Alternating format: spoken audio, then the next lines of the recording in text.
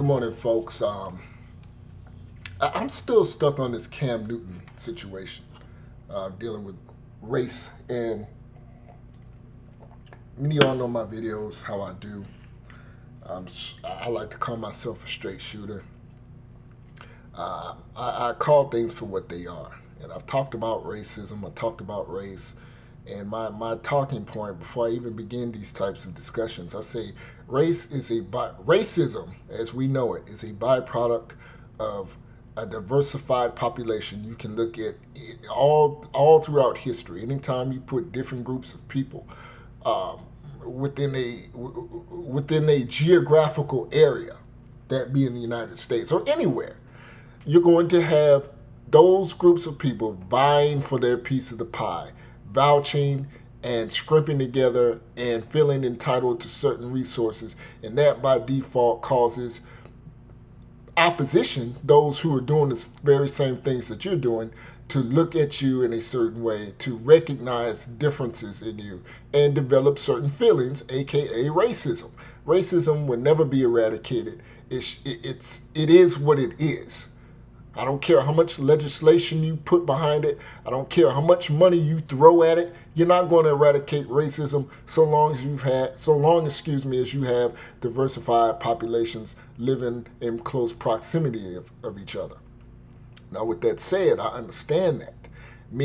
I don't necessarily like playing the race card, but I'm a realist in that sense, and recognizing I can spot racist individuals. And when I mean racist individuals, people who don't necessarily care about me or others that look like me. And to me, I go out on a limb to expose those people on YouTube, in social media, and in real life, because I have a knack for spotting those people. I understand people just talk shit. People talk shit all the time. But I always say this: would that person help me if I was falling off a cliff? And to me, you have people out there just by color of someone's skin or their cultural background probably wouldn't, and would probably take great pleasure in seeing that person fall to their death or cause serious bodily injury or something to that effect. Now, it's fascinating with Cam Newton.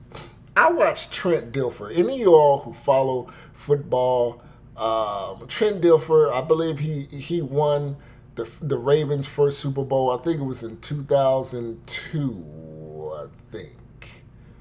And anybody knows his ass didn't do shit. That Ravens defense did all that work. He just happened to be in the drive. He's kind of like Eli Manning. Doesn't do shit, just gets by, by the crux of his defense. Okay. And I listened to him say this morning on Mike and Mike, because I love Mike and Mike's show.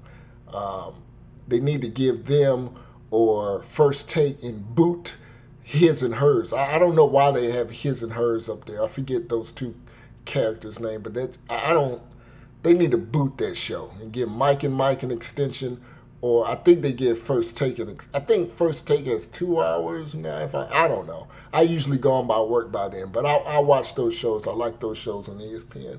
But they had Trent Dilfer's ass on this morning, and to me, he acts like a scorned lover. I don't know. He sat up there and said, "Well, I don't think there are going to be any more." One of them asked, "Well, do you see anybody potentially a Cam Newton coming up in the ranks, coming up?" And he said, "Oh no, there would never be another Cam Newton. A 6'5", 260-pound, moves like that. You'll never have." And to me, that was shade being thrown, because anybody in their right mind, especially if you're black, you can look in the so-called black community and find, I was a potential LeBron James or a Cam Newton walking around. I want to go outside and look at some of those brothers and see, with the right coaching, with the right practice and skill dedicated to the quarterback position. People said, and like I said, I'm taking it back. People said that about Javon Kearse. They used to call him the freak. And I was like, I was younger back then, but I knew me, especially being from Alabama, it's tons of Negroes running around 6'4", 242, 250 pounds, can move like the damn wind. Tons of them. Right where I'm from, in the sticks of Alabama. Strong as hell. Cock strong. It don't make no sense to be that big, that fast, and that strong. But some of them, see what happens to a lot of black men in sports, they end up doing stupid ass shit. And like my cousin, prime example, and I mentioned this when I talked about Selma. My cousin is 6'5", and he's probably about 293 pounds now. When he was in high school, he was about 6'4", 6'5", about 257. Big legs, arms. But he was hanging, and he got shot in '93 in the leg. Ruined his career, ruined his football career. And that's what happens to a lot. And the brothers, the second brother was short and thick. Naturally. But he wasn't really into sports. He was into cars and stuff. So when I listen to shit like that from Trent Dilfer, that tells me, first off, he doesn't understand talent. He doesn't have an eye for talent. And a lot of black men end up getting into shit, involved in shit like I just described with my cousin, or they're not interested, or they don't have the training. They have all the natural ability, they have all the things that you want, but they don't have anybody that can train them and show them how to play sports, or play the game of football, or play the game of basketball, or play the game of baseball. They don't. And I talk about black men and, how black people, how physically gifted we are. And then we take pride in that, which, okay, I understand. But, and I talk about how the white man really has able to dominate outside of sports. We could sit here and talk about sports and all this stuff, but if he's kicking your ass in the office and he's controlling all the finance, which that's just how it is, you need to do that as well. You need to get, for those black folks who talk about controlling the black dollar and all this nonsense, well, you need to start making gains at doing that. Stop thinking that the world stop having the Jesse Owens effect. Thinking this because you can beat all these white people in a 100-yard dash, that somehow you're sticking it to the white man. When in actuality, he's still kicking you in your ass and controlling everything else that deals with you, that kind of gravitates around your life. He's controlling everything. So, but yeah, you should take pride in, I say that because we are dominant on the fields, on the courts. And yeah, you have white guys that are dominant. Don't get me wrong. You have the Gronkowskis and stuff like that. But for the most part, all you have to do is look at the change of the color of you and the Heisman. You're going to have more Cam Newtons. You're going to have more Cam Newtons. And, guys like Trent Dilfer are delusional to think there's never going to be another Cam Newton. Were they even saying that about Randall Cunningham? They was calling RG3 a freak, and RG3 is a bust. Colin Kaepernick, who's half black.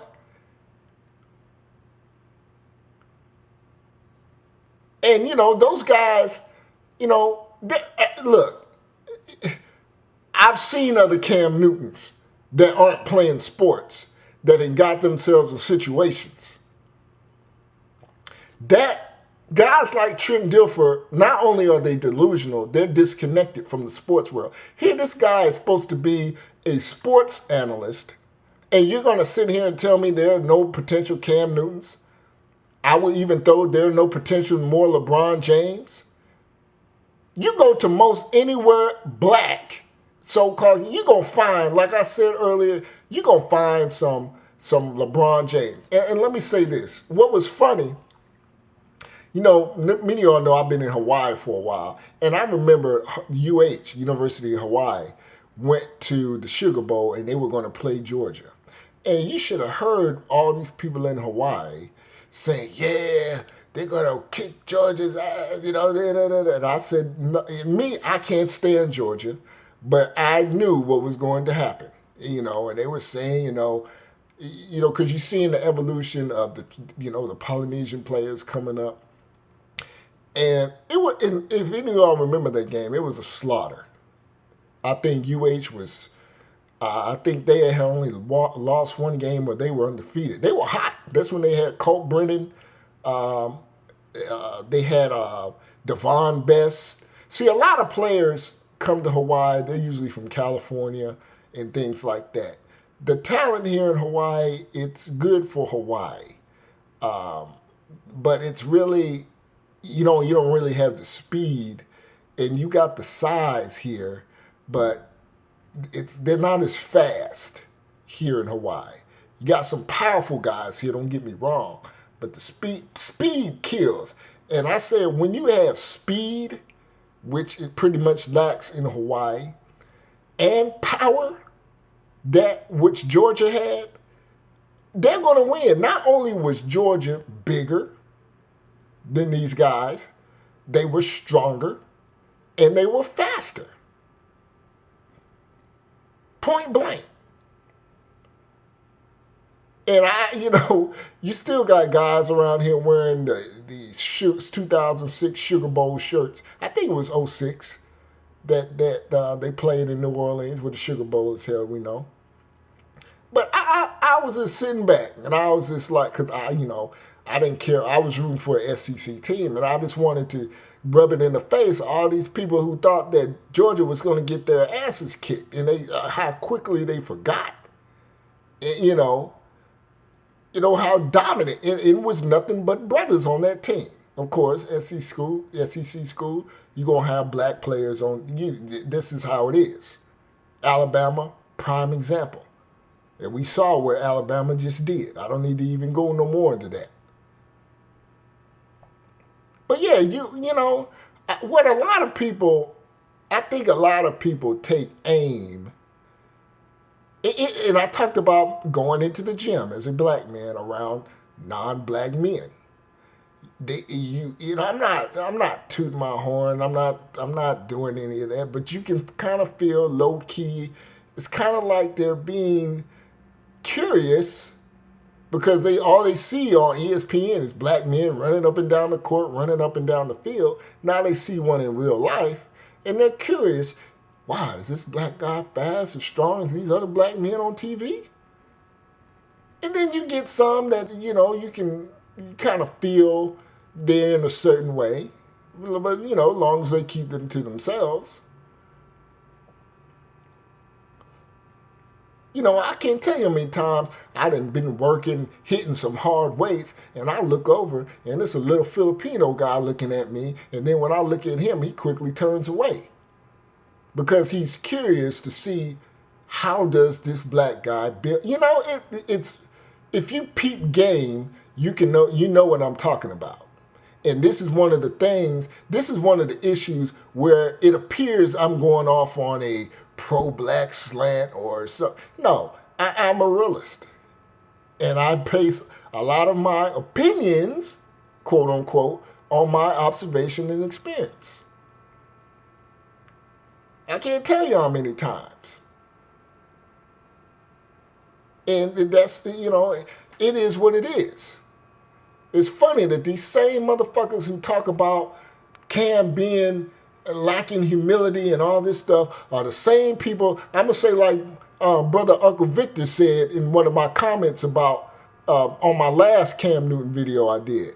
These same people who denigrate Cam Newton and say he needs to be more humble, he needs to close his mouth, will be all in the fucking front of the TV jumping up and down for a Ronda Rousey or Conor McGregor. And those same people who cheer Conor McGregor and say, will turn around and call Floyd Mayweather a loudmouth nigger. And see, that's the type of hypocrisy that I go after. That's the kind of stuff you'll see Painless come up to the forefront and expose and break down and shit on. That type of hypocrisy. Because I know what's up with that. I know what's up. So don't be fooled. Let me just slide this in. When I talk about a Freddie Gray, a Michael Brown, two ignorant ass niggas who brought death on themselves, don't misconstrue that as, well, Painless is a coon and he don't defend black men. I'm not defending niggery like those two clowns did. Them were two ignorant ass niggas that are dead right now. But I will come to the defense of guys like Cam Newton who kick ass on the field, and you got 42, 43-year-old white, Asian, or Hispanic guys who can't even fucking run a mile, who drink beer all day, and with their hands in their crouch and sit on the couch and talk shit. That's what I will come to the defense of. I'm not coming to the defense of a fucking heroin dealer who got pissed because he got caught. Now he wants to pitch a bitch and kick and scream on the back of a fucking paddy wagon and breaks his neck. I'm not defending that shit. For what? I'm not defending that. But a Cam Newton who does stuff for where he plays sports, who doesn't get in trouble. I don't like how he dress. Some of the shit is questionable, but he's not out there doing anything crazy. Or LeBron James, who's dominating, who's not out here smoking dope and hitting women and getting robbed and all kind of stupid nigga shit. I will come to the defense of brothers like that. I don't come to the defense of Shines. Because those are the ones I could hang with a Cam Newton or LeBron, because those are positive brothers that are doing something, that are kicking ass and taking names. I don't hang with Michael Browns or Freddie Grays. I don't hang with them because they're a nuisance. And they bring brothers like myself and other brothers who are trying to do things down. So don't get it twisted. I wanted to clear that shit up right here and right now. I wanted to clear that shit up. But yeah, you can feel it. You can feel it.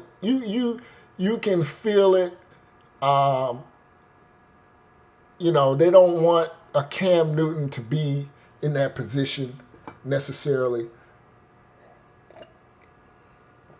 And they say things like a Trent Dilfer would say. Like, you'll never get another Cam Newton. He'll never. This is it. And then this motherfucker picks the Broncos 21-20. While Mike and Mike, were, to me, a more accurate reflection, had the Panthers winning by at least 10 points. And you can just tell this, and see, see, motherfuckers like that, man, and he's entitled to his opinion. Great. But I think it's bullshit. You don't tell me that a half 30. How old is Peyton Manning? 39 years old, and he's not even 100%. And Peyton Manning, he never had much pop on his balls. I know that didn't sound right, but he never had that. When you know, I've seen guys, and you can hear it when they toss that ball. It's like you can hear it popping off their fingers. Peyton Manning never had that. This is why Ryan Leaf, bust ass, went before him, because Ryan Leaf was huge, could take a hit, and you can hear that pop off the fingers. Cam Newton has that pop. Colin Kaepernick has that pop. Peyton Manning never had that pop. Never, even when he came out of college. He never had that strong arm. Peyton Manning is a tactician on the field. He's like a coach on the field. That's his biggest asset. But when you put pressure on that ass, it changes the game. And I've talked about that. I said that what Denver is going to have to do, they're going to have to account for Cam Newton. Those safeties are going to have to come down into the box. And all Cam Newton's going to do is lob that shit over to one of his wide receivers. And he doesn't have a Hollywood trio of receivers or guys out there, but they get the shit done. And that edge shit that DeMarcus Ware and Von Miller, that shit, what they did to New England, that shit is not going to happen to Carolina. They have too much. They have too many pieces. That's how those safeties are going to have to come down into the box. That's what you watch what I tell you. That's what they're going to have to do, and you're going to leave it wide open. You have to come down in the box to play Cam Newton, because you have to account for him as a runner. This shit is basic football. When you have a running quarterback, a potential running threat, you have to put a spy on his ass or something like that. But see, the thing with that is Cam Newton can throw. See, a lot of mobile quarterbacks, and that's what happened to Colin Kaepernick. Colin Kaepernick, he'll break out on your ass, but he's not very accurate. Cam Newton has developed into not only he's an accurate quarterback now, at least this year. He can put the ball where it needs to be. So not only do you have to account for his running ability, you have to account for this. Well, this motherfucker can not only run, he can put the ball in tight windows where it needs to be. So as a safety, I have to make a determination of what the hell I'm going to do. Because not only if Cam Newton, I've said this, when you have a mobile quarterback, you have an extra blocker. You have an extra blocker. And who's going to account for him? And if you don't know what I mean, usually when the quarterback hands off the ball, the quarterback is back behind the line of scrimmage. He's not running downfield blocking. However, if you have a mobile quarterback, that running back is pulling to the left or the right or the middle along with your tackles and guards. He's an extra blocker, and they have to account for him. And given how physical Carolina's running backs are, those guys ain't going to want to deal with that shit. Carolina is going to stress the hell out of Denver's defense. Watch what I tell you. That's what's going to happen. They're going to stress their asses out. They keep talking about Denver's defense superiority. Oh, they're going to earn their money Sunday.